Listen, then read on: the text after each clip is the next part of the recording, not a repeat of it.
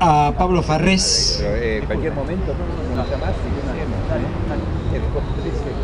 Pablo ha escrito un par de libros maravillosos en la editorial Pánico al Pánico, entre el 2011 y el 2012.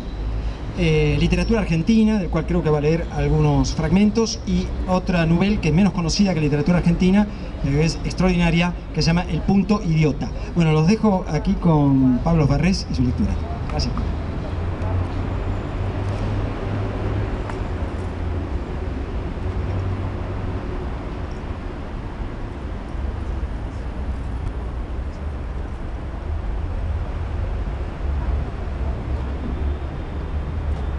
Bueno, buenas noches, muchísimas gracias por estar acá y por permitirme compartir este momento.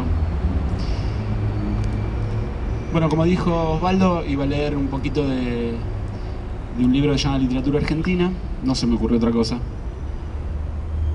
y comienzo. Los chicos que mi padre criaba podíamos hablar, teníamos una lengua.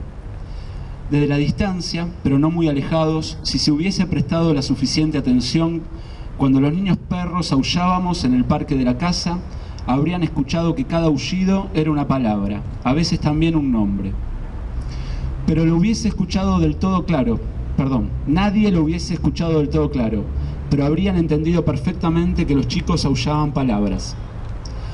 No sé cómo, quizás hubo quienes, antes de ser entrenados como perros niños, ya estaban atravesados por una lengua compartida, o bien simplemente el lenguaje se nos daba como una posesión biológica.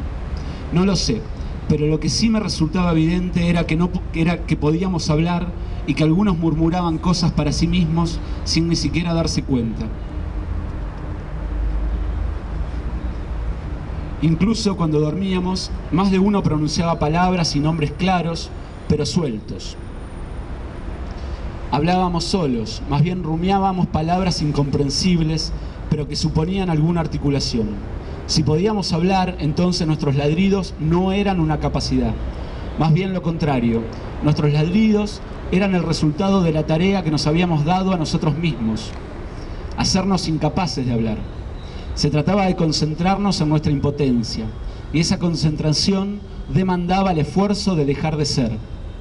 Cuando se escuchaba a alguno de nosotros ladrar, lo que se escuchaba era un efecto tardío. Cuando se escuchaban los aullidos de los niños perros, nadie podía omitir que esos aullidos eran palabras, pero dichas desde la impotencia alcanzada. Es fácil hacer como si aulláramos. Lo difícil es aullar desde la impotencia de hablar, porque entonces el aullido no es aullido, es otra cosa. No responde ni a una posibilidad ni a una capacidad, sino al trabajo de la renuncia. Sé que ante situaciones de amenaza parecíamos gruñir como cualquier animal, pero en el fondo el gruñido era una respuesta lingüística y acaso discursiva. Éramos perros, y los perros nunca tienen palabra. Pero los perros niños teníamos el instinto de decirlas y a la vez la incapacidad de pronunciarlas. El efecto de la negación de esas ganas de hablar era el gruñido. Se me ocurre comparar la situación con el miembro fantasma. De algún modo, ninguno de nosotros había perdido la intención, el hábito o el impulso de hablar. Pero habíamos perdido la capacidad de hacerlo, tal como le ocurre al que perdió el brazo hábil y tiende constantemente a tomar los objetos que lo rodean con la mano que ya no tiene. Pero decir que perdimos la capacidad de hablar es reducir nuestro heroísmo antropológico a un mero accidente. Ahí donde en verdad lo que descubrimos fue el resplandor de la impotencia. Digo, la impotencia como trabajo, la impotencia que se aprende y se debe sostener cotidianamente. No es fácil dejar de hablar, no es fácil no hablar cuando se puede hablar, ni tampoco andar en cuatro patas cuando se puede alcanzar alguna verticalidad. Entiendo también en este sentido el acto de comer los cadáveres de la especie o comer la propia mierda, porque creo no se trataba tanto de dejarnos atravesar por el goce, sino de persistir cada instante, un instante más en la propia náusea. Los perros en general hacen esas cosas, se comen los cadáveres y su propia mierda, pero lo hacen con alegría, la alegría de saber que no pueden hacer otra cosa. En cambio, nuestro esfuerzo de ser perros nos revelaba que no éramos perros, y el trabajo de hacer de perros se volvía una tortura. No era el goce de la muerte ni de la propia mierda, sino el goce de la propia náusea de la muerte y la mierda. Gozar del descubrimiento de la propia inhumanidad, lo que evidentemente era la aniquilación de la posibilidad del goce. Era eso, era gozar de la aniquilación del goce. Lo sé que nos comíamos entre nosotros con asco, sé incluso que los que se entregaban a la muerte lo hacían entendiendo de qué se trataba, entendiendo la necesidad de morir para el otro y morir para el asco del otro. En la dificultad estaba el goce, la dignidad de la tarea. Solo ahora lo entiendo cuando ha pasado tanto tiempo. Los hombres hablan y los perros ladran, pero los dos están absolutamente determinados a hacerlo como cualquier otro animal está determinado y por lo tanto humillado por la naturaleza. Lo que ahora entiendo es que nuestra lucha era una batalla contra la naturaleza entera y que solo nosotros en esa lucha podíamos saber qué es la libertad. Los perros ladran y los hombres hablan y ninguno tiene la posibilidad de no hacerlo. Cuando nosotros ladramos, no estamos ladrando. Cuando hablamos, no estamos hablando. Descubrir la posibilidad del no, simplemente de no hacerlo, no decirlo, no pensarlo, no vivirlo, es la lucha contra la naturaleza de la que hablaba. Y en cuanto tal, en cuanto a batalla contra todo lo que es, nuestro aprendizaje no ha sido otro que el de la ficción. Vivir como animales siendo hombres, pero vivir como hombres siendo animales. Visto desde fuera, todo resultaba una gran farsa. Chicos haciendo de perros. Incluso una farsa pobre, donde a cada instante se escuchaba la palabra soplada, donde nos olvidábamos de dar el pie constantemente. Visto desde fuera, hacíamos de perro y lo hacíamos mal, ladrábamos mal, mordíamos mal, cogíamos mal. Pero visto desde afuera no se ve nada. Ni siquiera que no hacíamos de perro ni hacíamos de niños, simplemente porque no éramos perros pero tampoco éramos niños. Y sabíamos lo que no queríamos porque sabíamos no querer y sabíamos no poder. Seguramente mi padre habría tomado nota de la posibilidad de que la conducta de sus perros niños no era la consecuencia del adiestramiento, sino más bien la revelación de cierta naturaleza desnuda. Uno nunca es el que escribe, ¿no? Por eso cuando uno se lee, tartamudea tanto.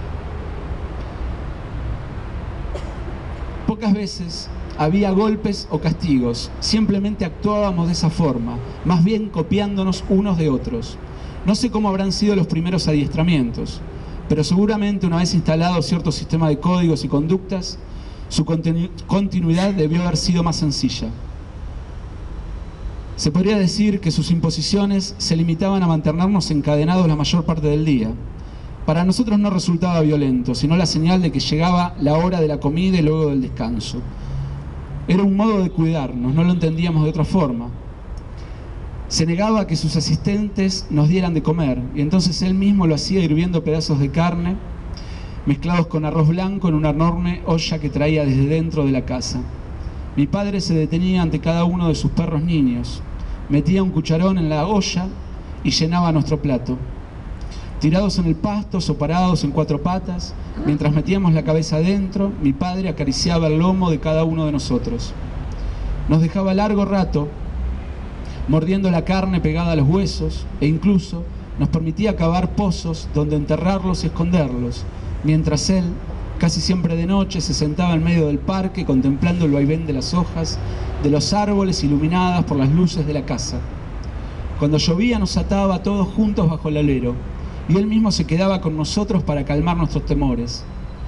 Esa preocupación se manifestaba más claramente en Navidad y Año Nuevo, cuando nos llevaba al sótano y se quedaba toda la noche intentando preservarnos de los estallidos de los cohetes y los tiros que sonaban a lo lejos, generando cierto terror, acaso incomprensible, por el que no dejábamos de gemir y aullar.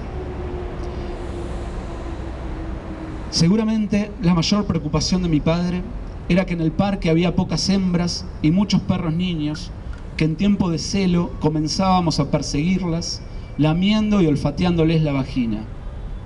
Se generaba una especie de obra teatral en que la perra niña en celo era el centro que iba corriendo constantemente el escenario hacia donde ella se moviera, intentando ocultarse entre los matorrales o dando vueltas alrededor de la casa. El resto la seguíamos durante 5 o 6 días, peleando siempre por una posición de privilegio. Eran los más grandes, los que ya habían cumplido 11 o 12 años en la casa, y habían desarrollado primero un instinto sexual focalizado y luego una envergadura corporal que les permitiera defenderse del ataque de los demás, los que llevaban la vanguardia. El resto, los más nuevos y los más chicos en la casa, preferíamos mantenernos al margen sin entender demasiado lo que estaba sucediendo. Veíamos como los grandes buscaban imponerse unos sobre otros. Sin embargo, cuando la perra niña cedía a la penetración de cualquiera de sus compañeros, luego también era penetrada por el resto, 8 o 9 veces en cada caso. Ella se mantenía inmóvil, mirando algún punto fijo entre los árboles. El niño perro que se la cogía se montaba con las 2 patas delanteras sobre el lomo de ella, manteniendo una verticalidad inusitada. El resto nos dedicábamos a lamernos unos a otros las pijitas rojas y brillantes, o a dar vueltas alrededor de la pareja. En general, el perro niño que la penetraba terminaba eyaculando de modo rápido y eficaz. Entonces se retiraba a un lado de la jauría, mientras el otro la penetraba sin que ella cambiara en algo su inmovilidad, su aspecto pasivo, casi indiferente a lo que ocurría. A veces la perra desfallecía y otras mi padre terminaba sacrificándola. Solo algunas perras niñas eran reservadas para la reproducción. Eran las que vivían en el sótano. Llegado el momento, mi padre seleccionaba al perro niño que iría a penetrarla y lo llevaba a los 2 a un cuarto de la casa donde los encerraba algunos días. El perro niño luego regresaba al parque junto a los demás, pero la perra niña se quedaba en la casa con los cuidados necesarios para llevar a término su embarazo. Algunos de los que nacían eran abandonados en el parque, otros, algunos pocos,